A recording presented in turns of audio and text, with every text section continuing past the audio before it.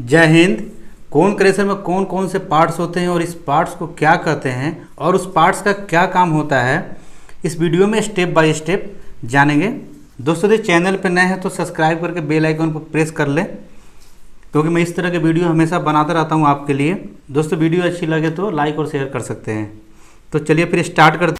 तो एक पिक्चर के थ्रू हम लोग समझने वाले हैं कि कोन क्रेशर के अंदर मेन पार्ट्स जो होते हैं उससे क्या कहते हैं और उसका क्या काम है।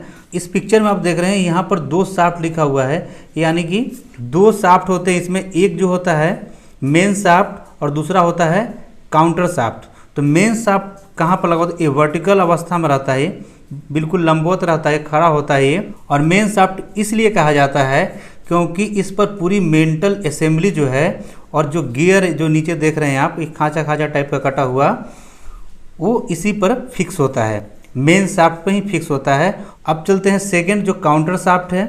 तो काउंटर शाफ्ट जो कि एक पिनियन, जो इसमें गियर लगा हुआ है, उस गियर को चलाने के लिए यहाँ पर लगे होते हैं एक पिनियन, और इसी के सहारे ये जो है पूरा मेंटल असेंबली मूव करता है।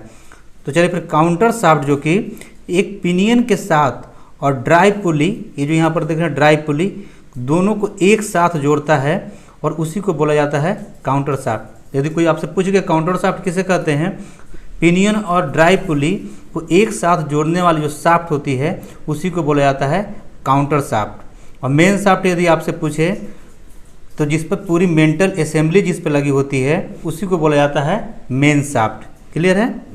तो ड्राइव पुली, इसी पुली के पीछे एक वायल सील होता है। यहाँ पर आप देखिए कभी तो यहाँ पर एक होता है वायल सील होता है, जो कि कभी कभी क्या होता है कि यहाँ से बूंद बूंद करके लीकेज होना स्टार्ट कर देता है। तो इसे कैसे ठीक किया जाए इसके लिए मैं एक अलग से वीडियो बनाऊंगा, ठीक है ना। ड्राइव पुली वी वेल्ड के थ्रू एक मोटर के साथ में, यहाँ पर एक मोटर होगा और एक मोटर के साथ में ये कनेक्ट होता है। जब मोटर रन करती है ना तो ये ड्राइव पुली उसके साथ में रन कर जाता है और पूरी मेंटल असेंबली इसके साथ में रन करना स्टार्ट कर देता है। ये जो ड्राइव पुली आप देख रहे हैं, ड्राइव पुली में 6, 8 या फिर इससे भी ज़्यादा इसमें जो ग्रुप होते हैं, वी वेल्ड के जो ग्रुप होते हैं बने होते हैं, वो क्या करता है, डिपेंड करता है आपका कि कितने TPH का आपका क्रेशर प्लांट है, उसी पे डिपेंड करता है, क्योंकि उसी हिसाब से इस पर वी वेल्ड की ज़रूरत पड़ती है। यहाँ तक आपको मेन शाफ्ट हो गया, काउंटर शाफ्ट हो गया, ड्राइव पुली हो गया, क्लियर। अब आते हैं यहाँ पर वेजरिंग। तो वेजरिंग क्या है? वेजरिंग जो है इनर बॉडी और अपर फ्रेम दोनों को एक साथ, यहाँ पर जो आप देख रहे हैं यहाँ पर दोनों को एक साथ फिक्स करके रखता है, ताकि जब ये स्टार्ट रहे तो उस समय क्या होता है, ये ब्रेक की तरह काम करता है। ये एक्चुअली ब्रेक की तरह काम करता है। इसमें आप देखेंगे तो इसी गियर के तरह ही इसमें भी ग्रुप कटे होते हैं और क्या होता है, एक दूसरे को पकड़ के रखता है। और इसमें जब आप ग्रीस भी डालते हैं तो इसी चेम्बर में, जो यहाँ पर जो वेजरिंग का जो चेम्बर बना हुआ है उसी चेम्बर में ग्रीस जाता है। तो वो इसलिए क्योंकि इसमें फ्रिक्शन ना हो और ये स्मूथली अप या डाउन आराम से हो जाए। तो इसी को बोला जाता है वेजरिंग। इसका भी एक अलग से और फंक्शन होता है, उसको मैं नेक्स्ट वीडियो में बताऊंगा। मैं केवल पार्ट्स के बारे में आपको जानकारी दे रहा हूँ। अब देखते हैं यहाँ पर मेंटल और कोनकेव। तो मेंटल जो होता है, जो मेन शाफ्ट के ऊपर जो एक चढ़ा होता है, इस पिक्चर में आप देख सकते हैं, इसी को बोला जाता है मेंटल। ठीक है, ये जो टाइम टू टाइम चेंज होता रहता है।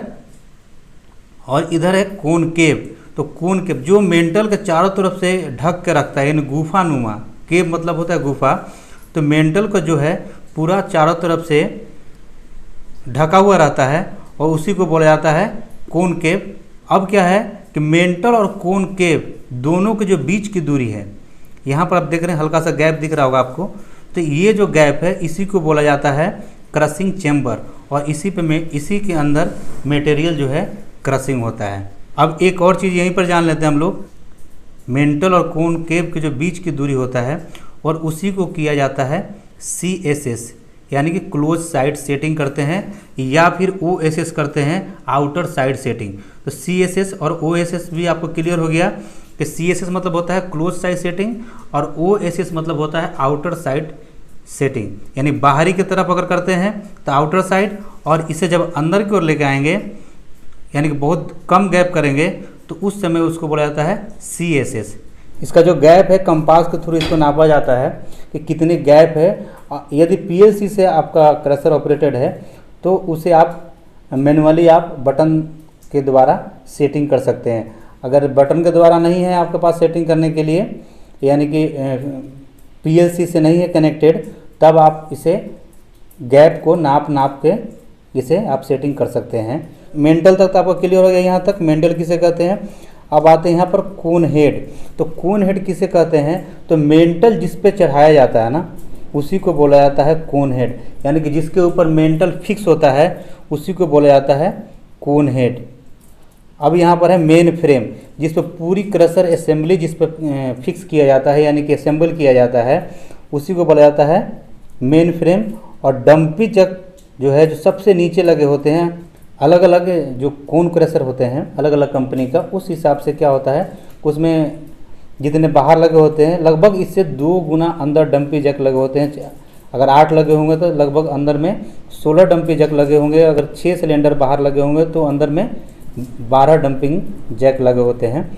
तो ये डंपी जैक का क्या काम है इसमें, तो क्या होता है कि वैसा मटेरियल जो कि क्रशिंग नहीं हो पाए, यानी कि बहुत हार्ड मटेरियल, तो वैसे कंडीशन में क्या हो सकता है, ये वैसे कंडीशन में क्या करता है कि अगर इस क्रशर के अंदर आ गया और वो क्रशिंग नहीं हो पा रहा है या फिर बहुत ज़्यादा हार्ड मटेरियल है, तो उस मटेरियल से क्या होगा कि इस क्रशर में पार्ट्स जो है डैमेज हो सकता है।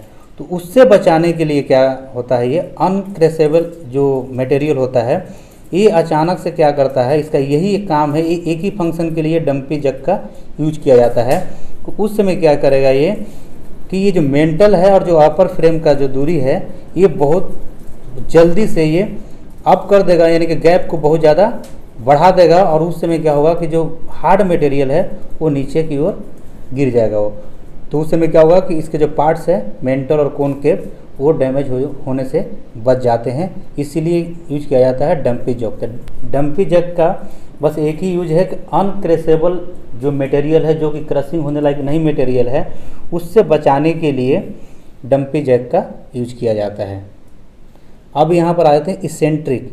तो इसेंट्रिक इसमें मेंटल के अंदर लगा होता है, जो कि आप देखेंगे मेंटल इस टाइप से चलता है ये। तो मेंटल जो इस टाइप से चलता है, इसी एसेंट्रिक के थ्रू ही ये मेंटल का पूरा वर्क होता है इसमें, और इसी के थ्रू ही पूरा कोन क्रशर का फंक्शन करता है। एसेंट्रिक का जो हिंदी होता है वो होता है सन की। और सन की यानी कि आप समझ जाइए कि सन की किसे कहते हैं। तो इस टाइप से ये इस मेंटल को सन की बना के ये रखता है, और यानी कि एसेंट्रिक टाइप का ये मेंटल हमारा जो है चलता है। तो ये था जो कोन क्रशर का मेन पार्ट्स है। बहुत सारे इसमें भी पार्ट्स है, जैसे कि आप यहाँ पर देख रहे हैं, ये हाइड्रोलिक जैक ही हैं जो कि एक जगह पे फिक्स करके रखता है। और जो अंदर में देख रही है डंपी जैक, ये भी एक तरह से जैक ही है। तो इस टाइप से बहुत सारे कोन में से मेन बहुत सारे पार्ट्स हैं। यहाँ पर आप जो देख रहे हैं 2, ये होता है इन और एक होता है इसमें आउट। यहाँ पर जो आप देख रहे हैं 2, एक इनलेट है और एक आउटलेट है। एक किस लिए है, वाइल सर्कुलेशन के लिए होता है, क्योंकि बुश वगैरह जो लगे हुए हैं उसको ख़राब ना हो जाए और ज़्यादा हीटिंग ना हो और कोई भी इसमें फ्रिक्शन ना हो, यानी घर्षण ज़्यादा ना हो, इसीलिए इसके अंदर जो है वाइल सर्कुलेशन करते हैं। और सील वहीं पर लगाया जाता है जहाँ पर वाइल का सर्कुलेशन होता है। तो सील भी यहाँ पर जो आपने देखा होता है, यहाँ पर सील लगा हुआ है। तो जहाँ जहाँ वाइल सर्कुलेशन हो, वो उस सभी जगह मूविंग जो पार्ट्स होते हैं, जहाँ पर मूव करने वाले जो पार्ट्स और शाफ्ट लगे होते हैं, उन सभी जगहों पे वाइल सील लगाया जाता है ताकि ये वाइल लीकेज ना हो। तो ये है इन और एक है आउट। इसके अलावा आपकी जानकारी में और सारे जो पार्ट्स है या फिर इसके और सारे जो वर्क हैं वो आप कमेंट बॉक्स में लिख सकते हैं। मिलते हैं फिर नेक्स्ट वीडियो में।